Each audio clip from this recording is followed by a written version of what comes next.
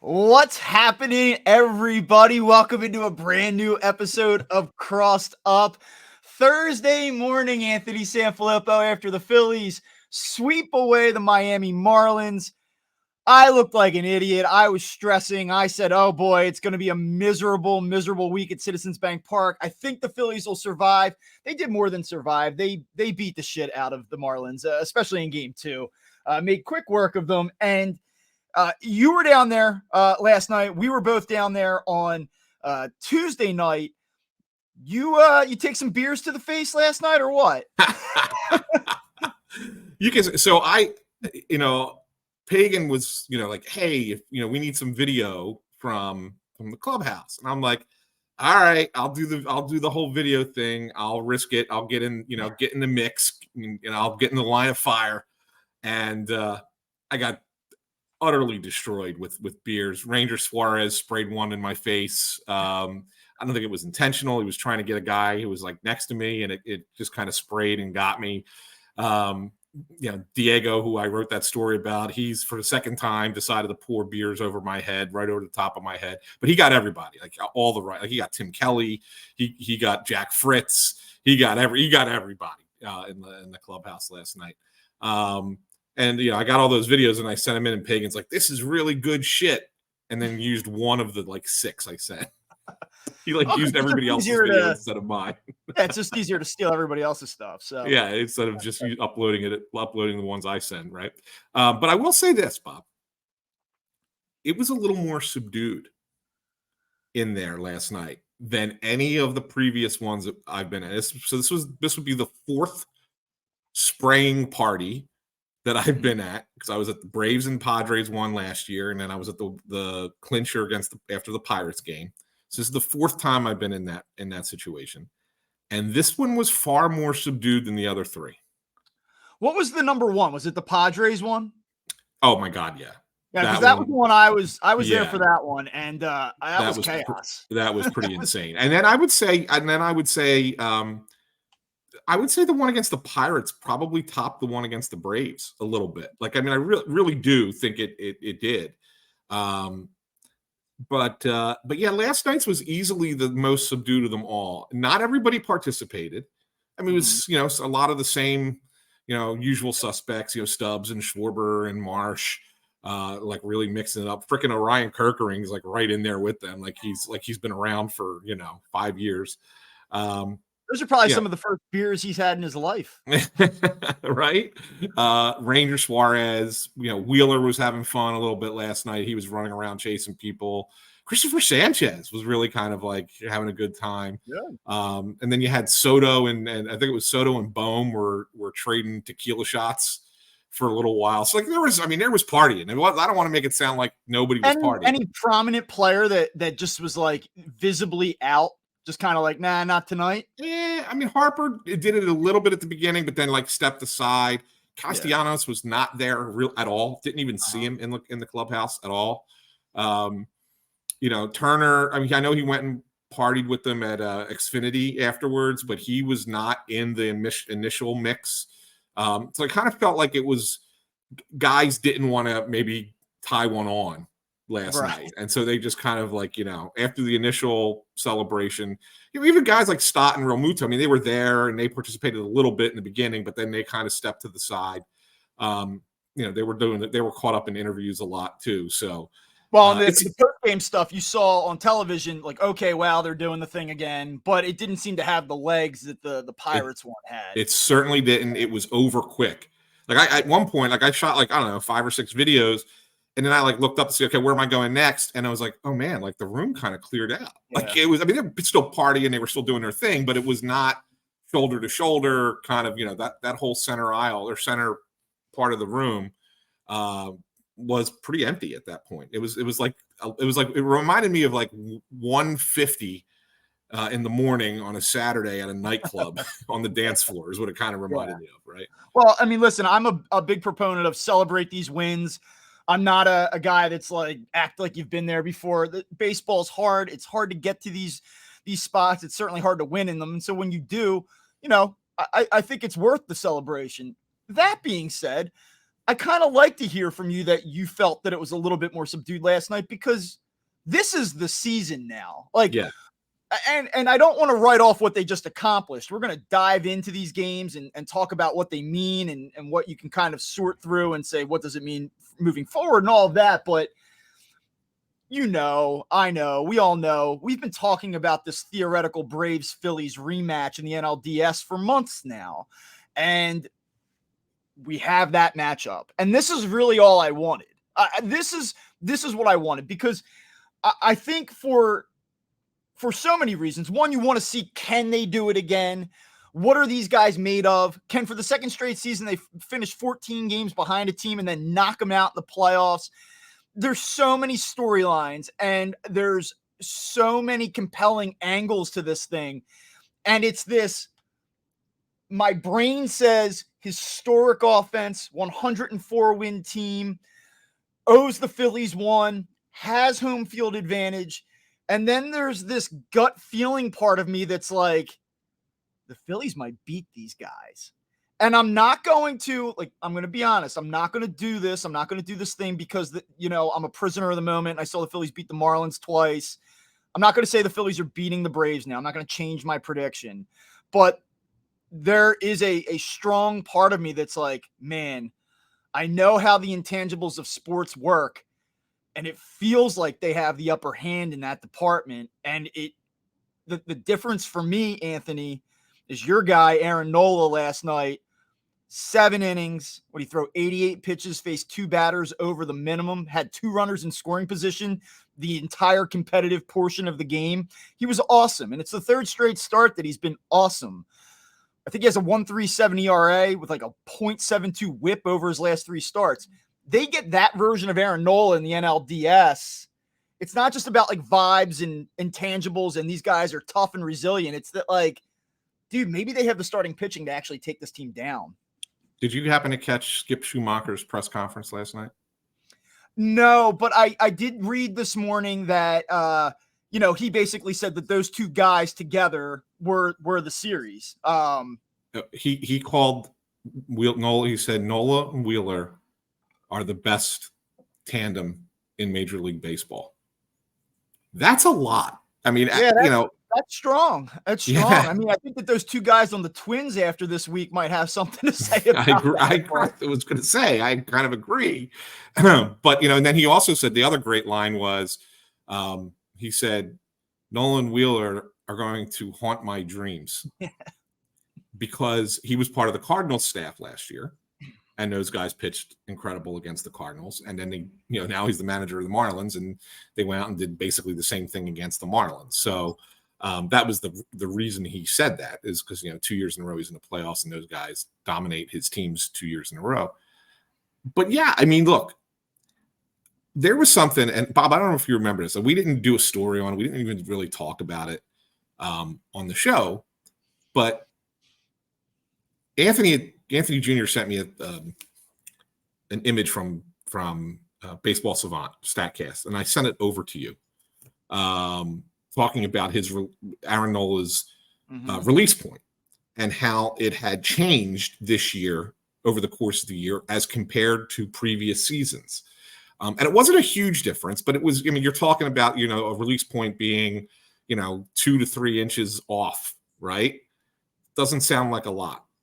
But when you see that curveballs weren't breaking the way you wanted them to break, or the sinker wasn't hitting a spot like he used to hit the spots, and now all of a sudden he's given up 32 home runs this year, and he's having those blow-up innings, and you can't figure out why. Nola talked about it after the game last night and said they made, after the start in Milwaukee, they made a mechanical adjustment, which was basically getting his shoulder a little bit more square to the plate on delivery. And it got him back to throwing the pitches the way he wanted to throw them. Now, he didn't say in the thing that, I got back to my release point being where it was. But I decided to look it up on Statcast just for last night. Say, hey, what was the release point for his pitches? And they were all closer to where they had been previously. That was just last night's map. I'm not going off of 3 games or anything. I'm just looking at one game. And it's like, holy cow, maybe that really was a thing. It was just a matter of he was releasing the ball too early because he was not square in his delivery. And it just was a simple little thing. He fixed it, found it, and now all of a sudden you get 3 straight games like this. I actually would be encouraged by that. If you could point to something in terms of the mechanics, you can point to something in terms of what he's actually doing and executing the pitches to say he's made this adjustment. Now look at these numbers. I would feel better about that than just, well, no, I'm actually just throwing the ball like I have all year. There's been no conscious decision or effort to change anything. I just happen to be getting better results right now. Yeah. Listen, he didn't overpower the Marlins last night. He didn't rack up 8-9 strikeouts. There was a lot of contact, some of it hard, but hey, listen, I mean, that's each game's different. You have a game plan going in, and he was able to execute what they wanted him to do last night. And I think that there is a psychological part of this. We talk about Aaron Nola, the success that he's had, the pitcher that he's been for this team, the pitcher that he was in college, throughout his amateur career. When you struggle to the extent that he has struggled this year, there's no question. There's just no question. And I mean, he's talked about it at different points that it wears on him. It's frustrating. It's disappointing. And whether or not he's going to admit that the contract thing is on his mind or has been on his mind at any point, like all of that stuff as a human being is going to add up and probably have an impact on you. So I just like that from a confidence standpoint, from a momentum standpoint, and just like his ability to prove to himself, oh yeah, I can still do this when it really matters, I think is important against a team like the Braves. The Marlins aren't a great offensive team, but I love the fact that he's at least going to take this next start against Atlanta in a spot where he probably feels good about himself. I'm not telling you that that's going to carry him for 21 outs or that he's going to dial up another performance like this just because, but you need everything to align favorably when you're going up like in a spot like this. I really believe that. So I think it's really encouraging that he's coming in at a good spot. And you look back at what Zach Wheeler did in game 1. The reason why you could talk yourself into the Phillies last year was because Nola Wheeler, some really good back of the bullpen arms, and then, sprinkle in your stud offensive players. I could not get to a place this season watching Aaron Nola pitch the way that he has or the way that he did and talk myself into a deep playoff run with just one starting pitcher and a bunch of number 4s. I mean, ultimately that's basically what the Phillies have. Maybe Ranger Suarez is a 3, maybe Aaron Nola on a good day, they were rare, was like a number 3 type starter. Right now they look like they have that 1A, 1B mix again. We'll see. And one thing, and it's funny, and I recommend anyone look up the Schumacher post-game press conference because it's a 9-minute press conference about the Marlins, and he spends about 7 minutes talking about the Phillies. And one of the other things that he talked about was the importance of Real Muto. He gave him a lot of flowers. I mean, he gave him a bunch of bouquets because it was, hey, they changed the way they call the game against us. And it was interesting because I had asked Nola about this the day before, and he said, "No, you approach it the same way. It's everybody knows each other." And he Schumacher pointed out like specific pitches, like throwing a 3-1 changeup to Brian De La Cruz. Like they were not, Nola had never done that before in that spot, and that's what he gave him, and he got him with it, right? Got him to hit a weak ground ball. And so that's, he really gave Real Muto credit for changing up the game plan against the Marlins and the Marlins not being ready for it and not being able to adjust to it. So, we know the pitchers are hard at work at this. We've heard from Garrett Stubbs told us how much work Nola does specifically in preparation for a game and for a start. So we know that's part of it too. But you gotta give credit where credit's due, man. Like that, if Real Muto's working that too, and he's calling that out to say that it was Real Muto. That's calling those, calling that game. That's pretty awesome. I mean, we haven't talked enough about JT. I mean, he has a home run last night, a double last night. But the way he called those 2 games is probably an underrated aspect of what happened in this series. Fair to say that the Marlins, did you feel that the Marlins were impacted by the crowd this week? Game 1 for sure. Yeah. I felt it for sure in game one. Game two, maybe not. I mean, Garrett actually got off to a pretty solid start for them. He had what, 5 strikeouts in the first couple innings, and Phillies had some bad at bats in there, and they weren't working him, and whatever. I was surprised Schumacher pulled him as early as he did. I'm surprised a little bit myself. I did go back and dig into this, and I hate this phrase. Like, this is one of these phrases when people say it, I kind of go, ugh. But I'm tired, and I just don't have a better way of saying it. It sort of felt like Braxton Garrett blew his load early in the game last night. He came out, his velocity was up a little bit. It was like 92.5, nipping 93, a shade over. And then by the third inning, he was down to 90, and maybe just a little over like 90.2. Like, the fastball velocity significantly declined, and it did so quickly from the first to the third inning, which is when the Phillies got to him. I thought Josh Bell could have made that play on Kyle Schwarber's double down the line. That was a critical, I don't want to say it was a mistake by Bell, but it was a play that if it gets made, it changes certainly the complexion of the inning and maybe the game. But John Birdie in the top of the inning, the Marlins, I think, had an opportunity to throw one punch last night. Yeah. And it was in that third inning with Birdie on second base, 1 out. You have, I believe it was Stallings up, who can't hit. I mean, he's a dismal hitter, but you had, and it was a 3-2, and it was a 3-2 count. 3-2 pitch. Yeah, 3-2 pitch. So maybe you feel like, okay, here we go. Runner on second now. They didn't make the play out in left field. Now Nola's going to walk a 191 hitting Jacob Stallings. It's going to be first and second. Here comes Luis Arias. Oh, shit. And instead, it's pick off at second base. Stallings is out of the inning clean. And it just kind of felt like that was it. And then the Phillies come out and they put the 2 on the board. And we've seen Aaron Nola struggle to hold leads, multi-run leads all year. So I'm not telling you that was ball game, but it really felt like the Marlins missed their chance to maybe make a run at it last night.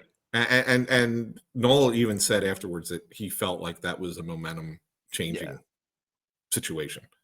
Like, because he felt like it deflated the Marlins a little bit, but they missed an opportunity there, and it pumped up the Phillies, and they came out and got a couple of runs. And I know that Garrett's velocity was down in that inning, and they got a couple of runs off of him, but it was only a couple runs. And you're going to sit there and say, I'd rather go the next 2+ innings with David Robertson out of the pen than you know what I'm saying? Like, in I fairness just to didn't get Schumacher, I know he gives up the home run to Real Muto, but he goes 2 innings, gives up 1 run, ton of strikeouts. Like, I mean, like, I didn't think Robertson buried them by any means last night. And if you're looking at it from Schumacher's point of view, I kind of would say, hey, we're down 1-0. I know that the Phillies have really good career. Several Phillies hitters have very good career numbers against my guy here.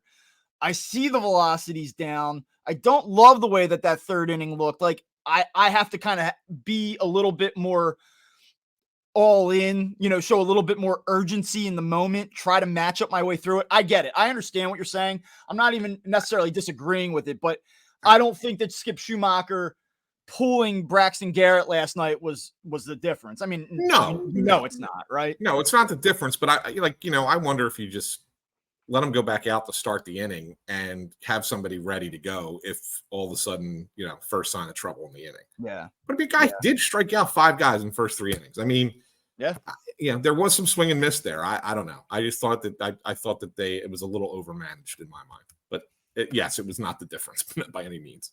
So Aaron Nola is obviously the story of game 2. And if he's the lead story, right next to it is the Bryson Stott Grand Slam. And first of all, you certainly have to appreciate the moment for what it was. It sent the crowd into just absolute insanity. It won the game. I mean, it effectively, as I wrote this morning, it effectively ended the competitive portion of the game and series. Second Grand Slam in Phillies postseason history. Great moment. I always try to look at it, though, because as I said at the top of the show, this is about the NLDS. This is about the Braves. One of the concerns I had coming into the postseason was about Bryson Stott, and not because I don't think he's a good player. I love Bryson Stott. I think that he's an it guy, right? Like, I always talk about that, having that it factor. I've been saying it for over a year now that I think he's that dude. But he struggled down the stretch. I mean, he really struggled down the stretch. His final 30 regular season games, I believe he hit 212 with a 580 OPS. And I wondered, like, is it just a funk that he's in, or is he tired? Is he wearing down? And he gets the 3-hit game on Sunday. I think I actually referenced that earlier in the week when we were talking. Yeah. Say, hey, maybe this gets him going. He had a big hit in game 1 and then obviously delivers the grand slam in game 2. You take the struggles down the stretch in September, though, and you pair them up with a really, really tough postseason last year, especially the World Series. And I went, oh, man, like, are we in that same place again? Really nice to see him get it going, because they're going to need to fire up and down this lineup to run with the Braves in this series. And you kind of feel really good about where Bryson Stott is right now, maybe after having some concerns a week ago. Yeah, I mean, look, he did strike out 3 times last night, right? I mean, so the grand slam was in between all that. There's still been a couple of at bats where he hasn't looked great. So I think he's still kind of working his way out of it. It's not like oh yeah, hit the home run, everything's fine now. Right. But I also put that in perspective to say that to the Marlins' credit, I mean, they threw lefties at him that are tough on left-handers, really tough on left-handers. And I mean, look, you saw Bryce Harper struggle with these lefties, right? I mean, it's not like it's just, oh, here's the typical left on left. No, they can't hit lefties. Why can't anybody hit lefties? That's not that. It's that the Marlins have good lefties, and that's why these guys struggled against them. So it was great. It was great to see Stott come up in that spot. And the best thing about it, Bob, and the Phillies are really good with this. A lot of times after there's a mound visit, right? Whether it's the catcher just going out to talk to the pitcher or the pitching coach coming out to talk to him, it's usually being done to settle down the pitcher or whatever the case might be. And of course, the bases were loaded because of an error and an intentional walk, right? That were in there. And then Stott comes up, and he's not a first ball fastball kind of guy. Like, he's not looking to swing at a first pitch fastball. And they know a lot of times in that spot, especially with the bases loaded, the pitcher's trying to get strike one, and they like to attack it. And so the fact that Stott, who doesn't usually do that, does it, tells you that he's got a real. He's pretty locked in. He's got a real sense for the moment and sense for what's about to happen, and didn't want to let it get late into that at bat. He went right after the first pitch, and that's why he crushes it out of the park. Right. Yeah, I mean, I'm with you. I always just wonder if those moments translate. Like, do you have that moment, and does it mean anything beyond it? And like, do you just say, like, I think sometimes we overrate these things, or I think I'm guilty of this, like, especially when you get into these postseason games. But you'd like to think, great at bat, great approach, set them up, watch out now. And I think that I've always kind of said it with, you like him in big spots, you like him in tough situations, he delivers. I think when I look at this Phillies Braves series, like, I know somebody said to me, hey, do you think they can do it? Do you think that they're going to beat them? And I said, listen, I don't know. I said, because you can feel so good about where the Phillies are at right now. Like, if you just look at the Phillies, you love everything about them. Big arms at the back of the bullpen. You love what Wheeler and Nola are doing. You know that they hit the most home runs out of any team in baseball the final 2 months of the season. They have a ton of thump. I know they only hit 2 home runs this week, but they had 10 extra base hits, 8 doubles and 2 homers. I mean, they have that thump. Like, you love this Phillies team. And then you put the vibes and the emotion and all the feeling into it, and you say, man, like, they're unstoppable. But then you get into the 3rd inning on Saturday, and Ronald Acuna hits one 449 feet, and like, none of that stuff really matters. Like, in terms of, like, look at all the momentum. It doesn't matter. So I don't know, but I need signals. Like, and I'm looking for signals. Like, can Bryson Stott do it? Yeah, it looks like it. Alec Boehm, I liked his at-bats, some of his at-bats this week. You saw Castellanos in game 1. Trey Turner was 4 for 7. He was on base 5 out of 8 times, 2 doubles, had a walk. Really good series for him. Like, I feel like the Phillies need everything to click to take down the Braves. I do. Maybe I'm overestimating what Atlanta is, especially with the pitching issues and uncertainties. But I feel like that the Phillies need everything to click. And there are so many positive signals. And here's the other one. I don't know if you've ever been a gambler. I don't know if you've ever been a guy that, whether it's betting on sports or you go down to Atlantic City and you're standing at a roulette table and you have red and it hits black 7 times in a row. I'm always the guy that's like, well, it's got to hit eventually.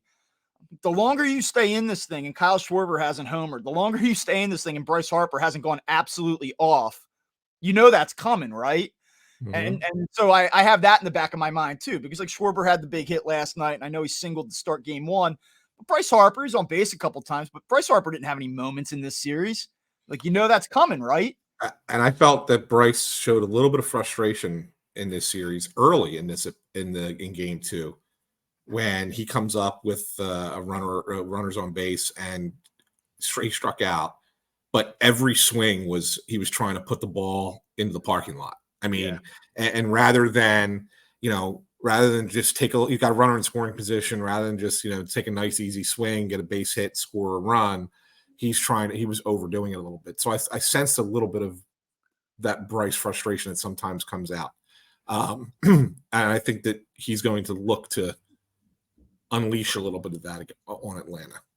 It's interesting. Does unleashing that mean that he comes out and takes all that frustration and it turns into an extra violent swing? Because I look at it and say he probably was trying to make that moment immediately, have that immediate impact. I actually like the fact that they have 2 days to kind of reset here, because he's probably going to use these 2 days to say, like, okay, dude, like, you're trying to do too much. Let's get back to basics here and just be Bryce Harper. And that's what I think he's going to do. I do. I think that you're right. And I also think that it helps that he's going to see pitchers from the right side.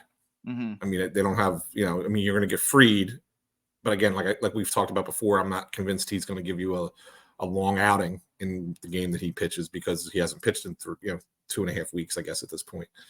But other than that, you're going to get mostly right-handed pitchers with Atlanta. They do have a couple lefties in the bullpen, but it's more right than left.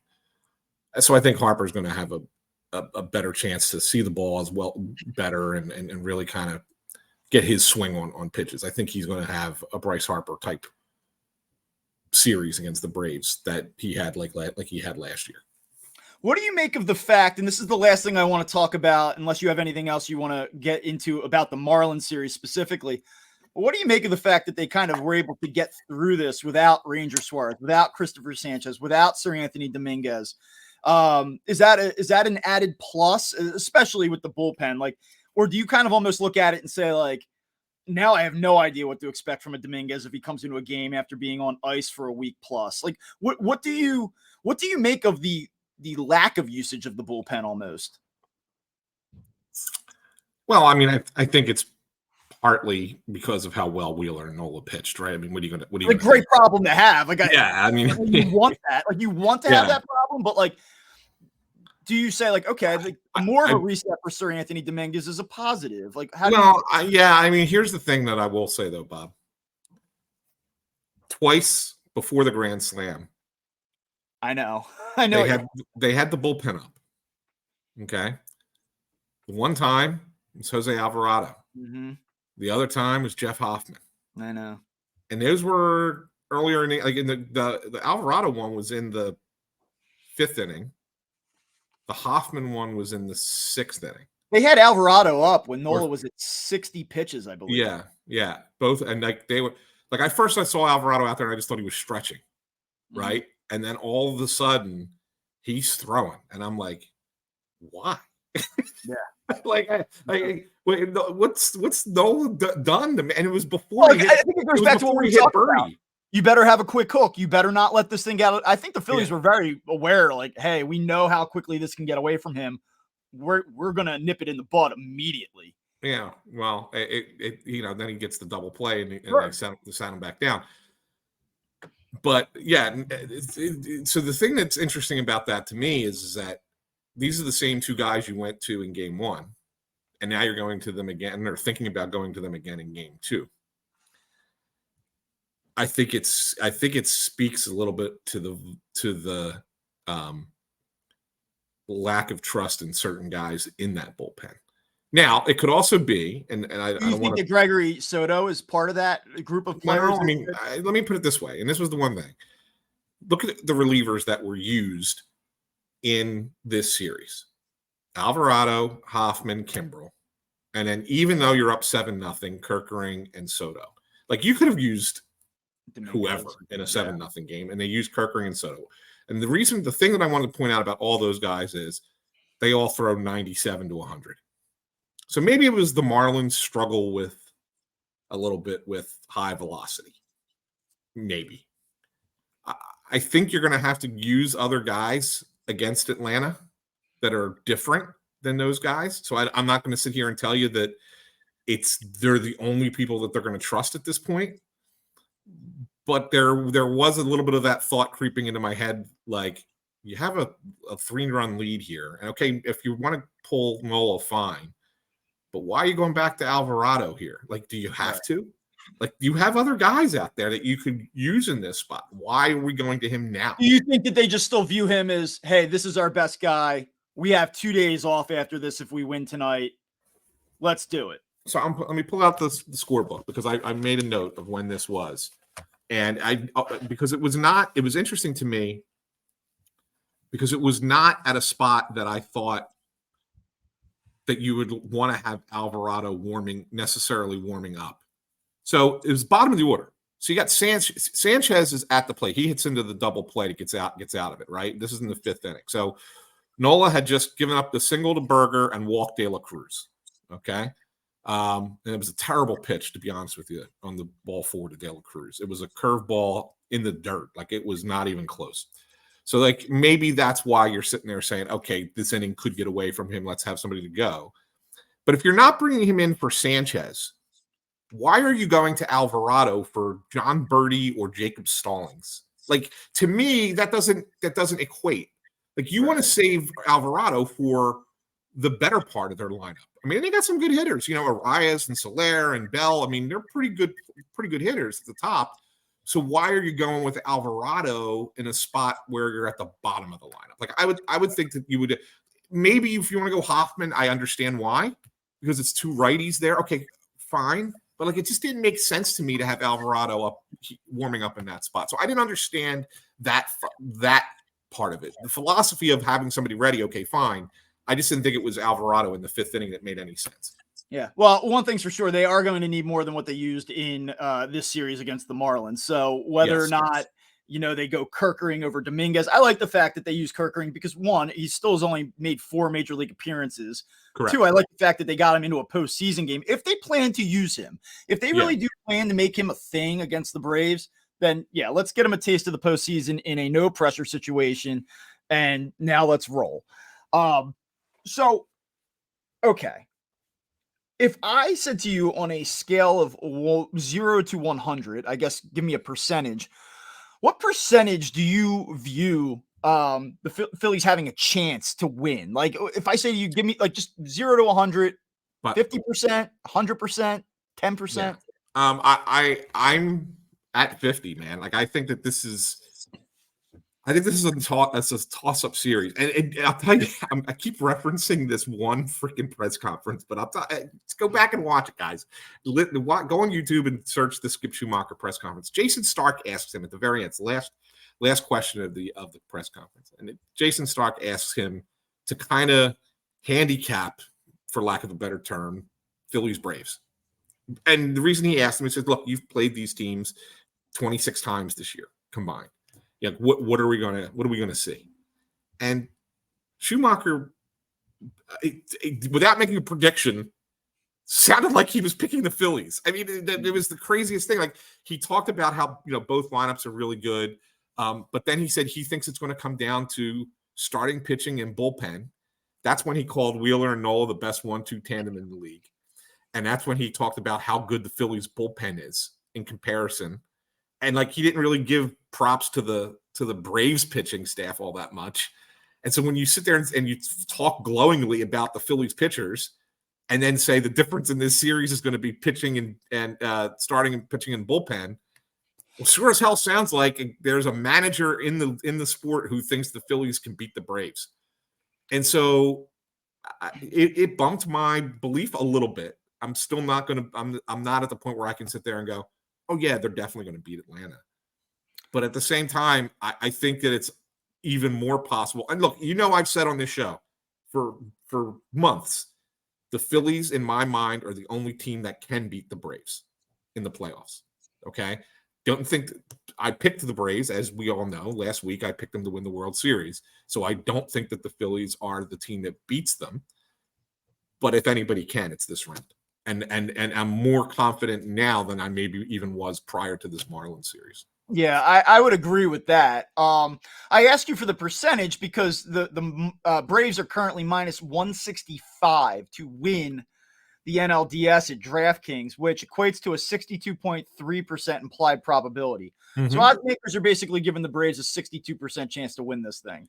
Yeah, and I think that, well, the one thing I'll say about that is they give him the 62% chance, right? But I think that that's designed.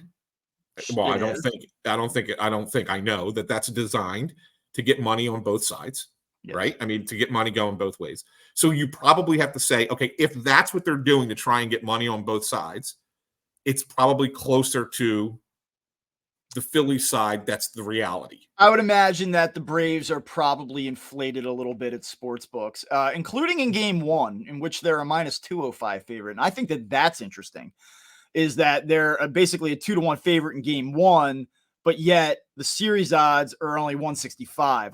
This isn't a gambling podcast, I get it. But if you're like, I have no idea what the hell these guys are talking about, they're basically telling you like, hey, Atlanta's a pretty strong favorite to win game one. We're not so sure about the series though. Right, exactly. And I think that those odds could change depending on who the Phillies starter ends up being. I mean, I think they're assuming that Strider is going to go game one.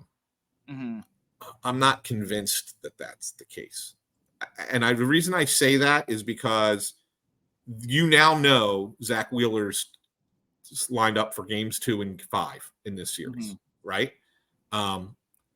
Barring rain in Atlanta on Monday. That's the only way. I mean, if a game gets rained out Monday night and it gets pushed to Tuesday, is the only way Zach Wheeler doesn't pitch 2 and 5. If you're the Braves, do you try and get Strider on Wheeler? Yeah. So you could still get 2 starts out of Strider. It's not like you're losing him. Like, what's the difference between 1 and 4 and 2 and 5? Like, do you try and put Strider against Wheeler? And so, that's why I think that those game one odds could move depending on who the two teams select as their starters for game one. I don't want to do this thing where I'm like, Citizens Bank Park in October. Like, I think that's real, by the way. I'm not dismissing that, but best record of any ballpark, best home record for any team in any ballpark in the history of Major League Baseball in the playoffs. I have a chance to eat my words here, but the other reason why I would consider Spencer Strider in games, games 2 and 5 is, what does that do for you? Avoids Philadelphia. Keeps them out of Philadelphia. Yeah. And, maybe the Braves don't care. Maybe Spencer Strider's an ice cold killer. I don't know, but it doesn't feel that way. Let me ask you a question about that, Bob, because, and maybe I'm wrong. I really thought that whole video thing that he did with, John no Boy. Fans, right? Get the fans out of the lower bowl and all that. Like, I completely took it tongue in cheek. I didn't think that he was being, because they say, give us your most takey baseball thing, whatever, and he was like, oh yeah, no more fans. We don't need fans. Like, I mean, come on. You really think he's saying that? I know people are eating that up in this city right now, and they all want him there so they can boo the hell out of him. Let me ask you this. Does it matter? Does it matter if it's tongue in cheek? Like, people take that because he can say, he can follow up. Maybe he has. I don't know. I haven't really been tracking his take on the fans too closely, but even if he says, God, come on, I was obviously kidding. You're like, no, you weren't. You can make that story whatever you want it to be. Yeah, but I think it's this, Bob. I mean, seriously. I mean, how much crazier can Citizens Bank Park really get? I mean, it's going to be, if he's pitching or not pitching, it's going to be the same, right? Well, he's an easy guy, though. Like, he's an easy guy for this fan base to latch onto. Yeah. Because they got him last year in the playoffs. He's returned the favor with some good games against the Phillies. The mustache, the tight pants, everyone rides him like, he's a flamethrower. He's one of the game's best pitchers. Like, it's just, it has all the ingredients to be a guy that this fan base wants to just absolutely see fail miserably. Yeah. And like, I get it. I understand that. It's just so interesting because I think that this city now is like pretty much bought in on the idea that not only can the Phillies win this series, but that they will. And there's like this acknowledgement that, yes, we know that the Braves are historically good from an offensive perspective, but who cares? We're good too. And if you really break this thing down player by player, like, you can make a case that the Phillies have the edge, at least in the front of the starting rotation. I don't know that I would go that far because Fried is the great unknown. Like, if he's at his best and Strider's at his best, I have to take Strider over Nola in this moment. But, like, I don't know. I'm not sure about that. I think the Phillies do have a little bit of an edge in the bullpen. The question is, though, is that Atlanta lineup, we know the Phillies lineup's good. Like, we know that they've been really good in the second half. But, like, they haven't been Atlanta good this season. Atlanta's been consistently awesome. The Phillies have had stretches of being that team. Is the gap between the Phillies and the Braves so significant offensively that any advantage that they have in the bullpen, or maybe even a minuscule edge in the rotation, is it kind of negated? And I think that's the key question here. I think that what the Phillies will tell you is that you can look at the gap however you want to look at it. But the fact that they finished 14 games behind the Braves doesn't matter, right? Because they're both in the same place right now. And so really that's, it's can you beat this team 3 times in 5 games? That's what it really comes down to. And they don't care that they finished 14 games behind the Braves. It doesn't make a difference to them. They got here, and they're going to play that team. And they feel like they can beat that team. I feel that's one thing I got kind of just out of that clubhouse last night, even though the partying was a little bit subdued, was that they believe that they could beat the Braves. Like, there's no we're facing that historic lineup. It's like, no, we can do this. We're just as good as they are. They firmly believe that, and they don't think that the record makes a difference. So that's really all that matters. I mean, we can sit here and analyze it, every which way, and that we can. All that matters is, do they feel like they can beat the team? And if they feel like they can beat them, they can beat them. Well, I was happy to see that I made 3 horrible divisional round predictions. So if you go game by game, I think I ended up 2-6 overall. But good. The good thing is that it got the Phillies right. Maybe not the how they got there, but the fact that they did. Any other big takeaways through the wild card round? To be perfectly honest with you, I'm a little bit bummed out that we're not getting some like winner take all game today. It kind of sucks from a drama standpoint. Yeah, and this was the inherent risk, Bob, of going to this playoff format, that eventually it would get to a point where teams are getting into the playoffs that are a little bit overmatched, right?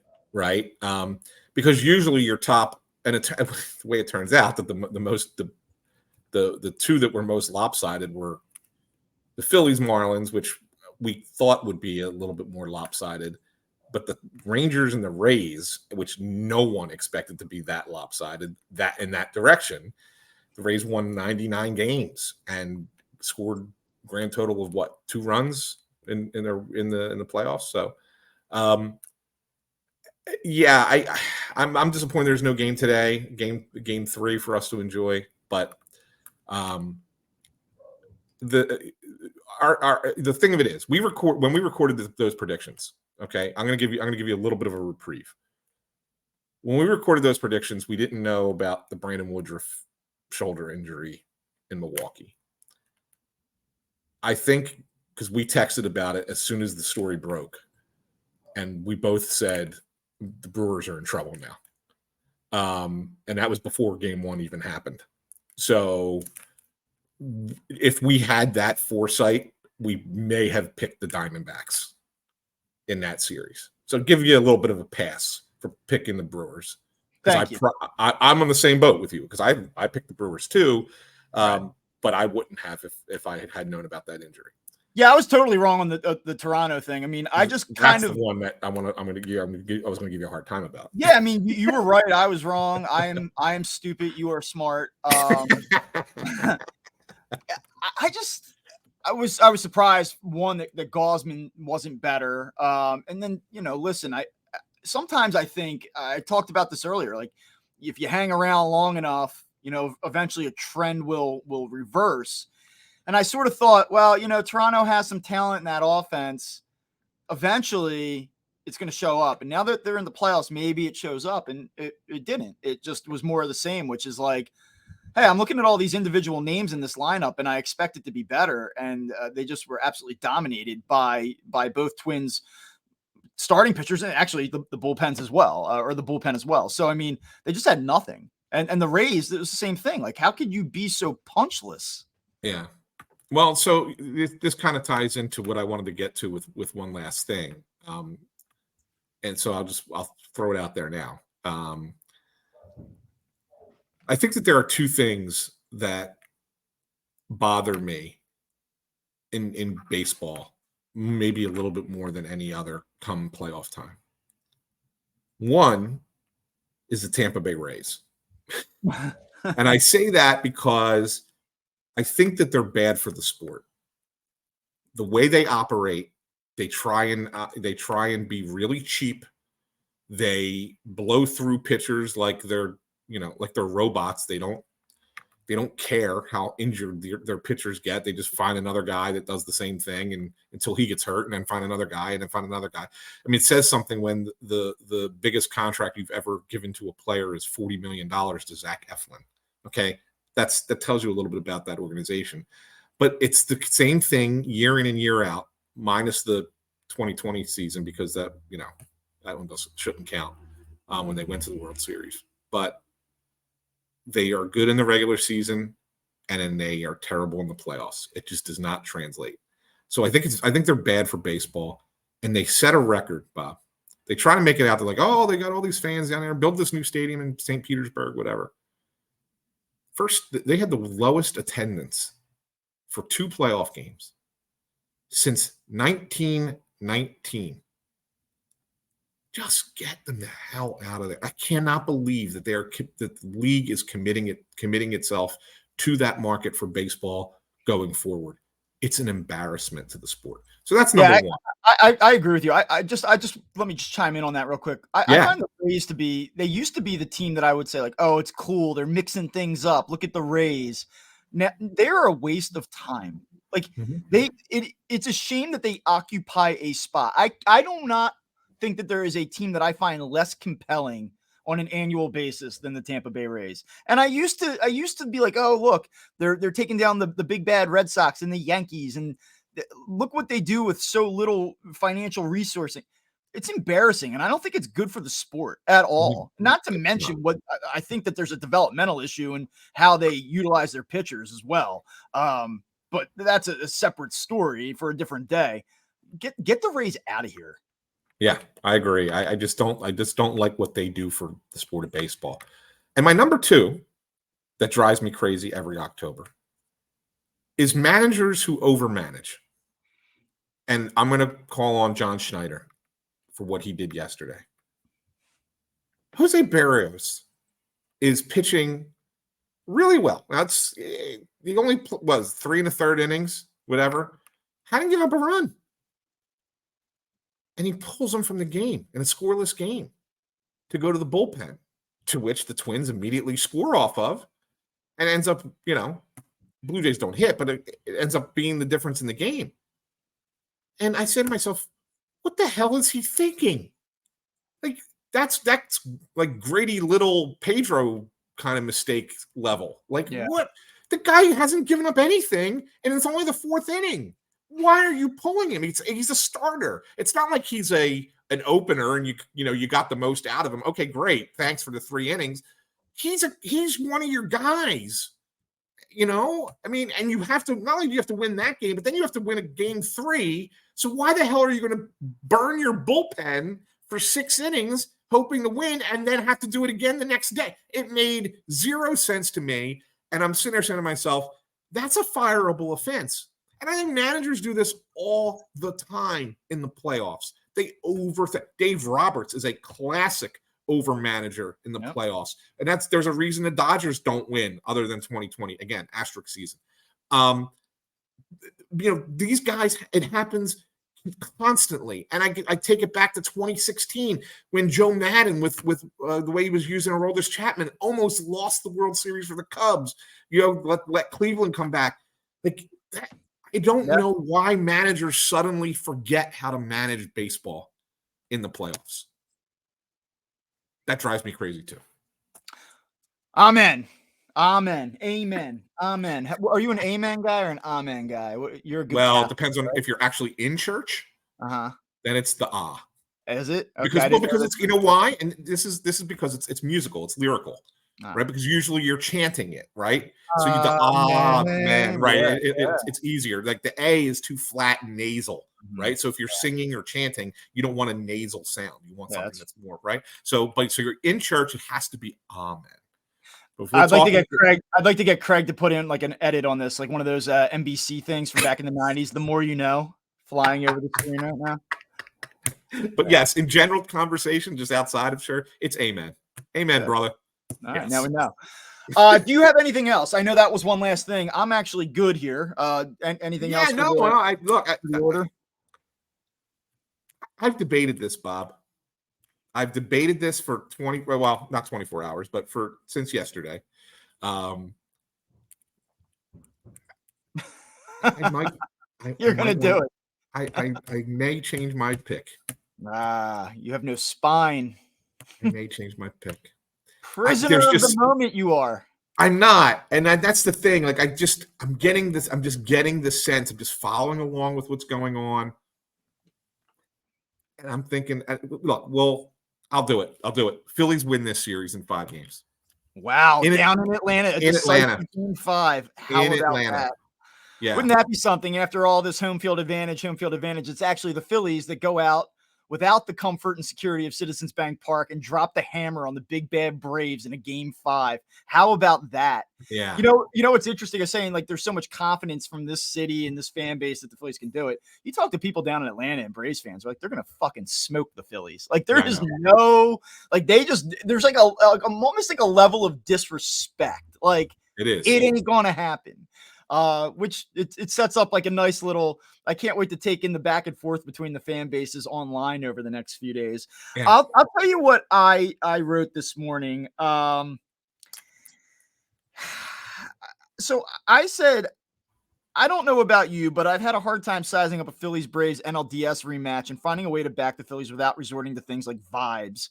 Good lineup, big arms, in the back of the bullpen, Zach Wheeler. But this Braves team is good. It's crazy good.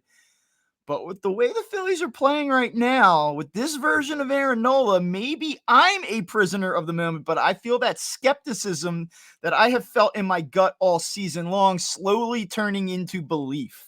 Mm-hmm.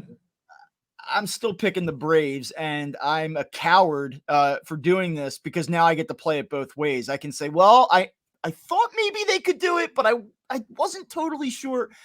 I'm going to pick the Braves. I have to. I've been there all year. Yeah. But, man, let me tell you this. Phillies win this series, which I do believe they can. Like, I'm not telling you, like, I don't have Braves in 3. I don't know. I really don't know. I don't know. All you have to do is go back to my divisional or my wild card round predictions to know that I don't know a thing. Mm-hmm.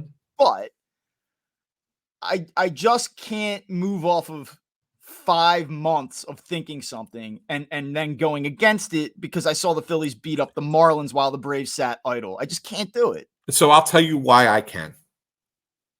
Because all along, and I don't want to be repetitive, but I mean, I think you have been in agreement with me. All along, I have felt and have said publicly, the Phillies can beat the Braves. I'm not going to pick them to, but they can. They are the team that can do it. I don't think anybody else can in the sport. I think it's just the Phillies. If whoever, and I've said to you before, I think it was, I don't know, it was last show, 2 shows ago, it might have been 2 shows ago. Phillies play the Braves. Whoever wins that series wins the World Series. Yeah, I actually stole that line from you and made it my own today in the newsletter. I wrote that. I said that the winner, and I didn't credit you either. That's all good. I said, yeah, the winner of this series is going to win the World Series. I fully agree with that. I fully believe that.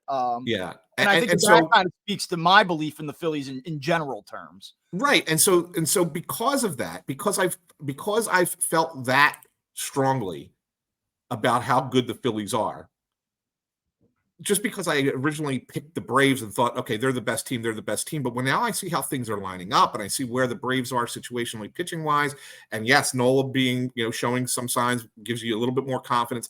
And then you hear people around the game just kind of talking about it a little bit. Like this is a big buzz thing for the national guys in the press box yesterday too. Like there's a real belief that this can happen, that the Phillies can beat this team. And yeah, it kind of pushes me back the other. I was never strongly Braves over Phillies. I always felt that the Braves were the better team and would win the series, but I just got pushed slightly the other way, and I'm only slightly the other way now, but I'm willing to stick my neck out a little bit and pick the Phillies to win the series. I like it. All right, well, listen, we will be back on, I don't know, Monday, Sunday. We'll figure it out. We'll have a show between games 1 and 2 for you. Yes. How about that? Yeah. We'll work out the logistics on that. And we will talk to you then. For Anthony Sanfilippo, I'm Bob Wankel. Follow Anthony at AnSanPhilly. Follow me on Twitter, Bob_Wankel. Read the Red October Philly newsletter. You can go to redoctoberphilly.com /subscribe or just redoctoberphilly.com. You can also check out Anthony's coverage of the Phillies on Crossing Broad, and make sure that you're also checking out the Snow to Goalie podcast and the other million things that Anthony does. All right. See you later.